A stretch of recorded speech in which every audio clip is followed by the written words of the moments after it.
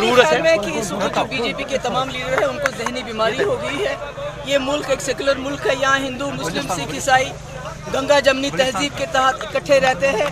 जो इसकी मुखालफत करेगा, जो इसके खिलाफ बोलेगा, वो उसका जो है मेरा ये है कि उसको किसी डॉक्टर के पास जाके अपना दिमागी तवाज़ुन ठीक करना चाहिए। मैंने पहले भी बोला, अमित शाह साहब को माफ़ी मांगनी चाहिए हिंदुस्तान के लोगों से।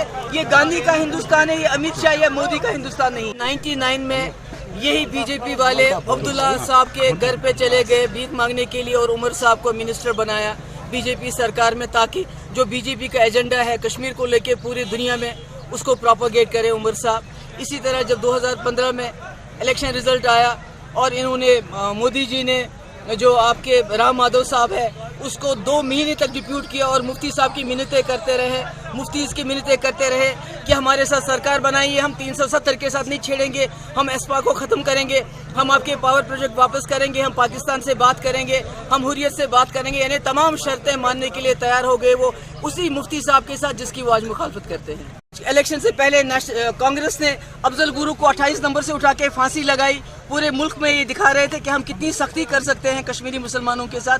उसी तरह ये जो छापे मारे जा रहे हैं, लोगों को पकड़ा जा रहा है, ये और इसी तरह का हसन साहब के साथ आज ये हुआ है। ये सिर्फ जम्मू कश्मीर के लोगों को डरा धमका के पूरे मुल्क में वोट बटोरने की सियासत हो रही है और कुछ भी नहीं।